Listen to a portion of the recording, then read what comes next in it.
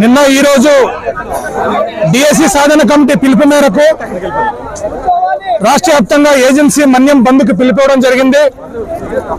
ముఖ్యంగా mega DSC నుండి agency ప్రాంత టీచర్ పోస్టులను మినహాయించి ఆ పోస్టులను కూడా స్పెషల్ డిఎస్సి ద్వారా స్థానిక గిరిజనులతో భర్తీ చేయాలనే డిమాండ్తో పెద్ద ఎత్తున ఈ బంద్లు నిర్వహించడం ఉద్యమాలు జరుగుతూ ఉన్నాయి.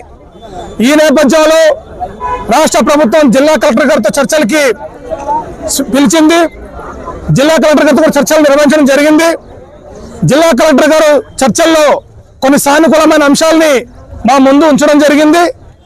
అయినా ప్రభుత్వం నుంచి ఒక స్పష్టమైన వైఖరి, స్పష్టమైన హామీ లేకపోతే బంద్ విరమించేది లేదు, ఆందోళన విరమించేది లేదు, పోరాటం విరమించేది లేదని చెప్పి ప్రభుత్వం దృష్టి తీసుకెళ్లే విధంగా జిల్లా కలెక్టర్ మీద డిఎస్సి సాధన కమిటీ మొత్తం నాయకత్వం అందరూ కూడా వెళ్ళి చర్చించడం జరిగింది.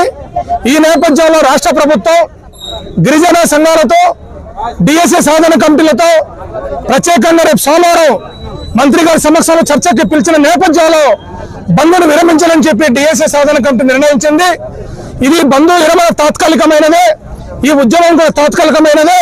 ప్రభుత్వం స్పష్టంగా సమస్య పరిష్కరించే వరకు, మెగా డిఎస్సి నుంచి ఏజెన్సీ పోస్టులు మినహాయించే వరకు, స్థానిక గిరిజనులకు 100% ఉద్యోగ ఉపాధ్యాయ రిజర్వేషన్ చట్టం చేసే వరకు కూడా ఈ ఉద్యమం కొనసాగుతుంది.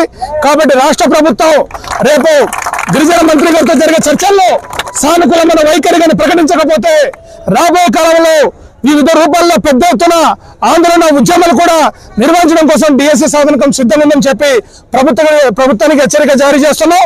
ఈ రోజు బంద్ నిర్వహణకు సంబంధించి మొత్తం ప్రజానీకం స్వచ్ఛందంగా, వర్తకులు అలాగే గిరిజనులు, మేధావులు, రాజకీయ నాయకులు అందరూ కూడా స్వచ్ఛందంగా బంద్కు సహకరించారు.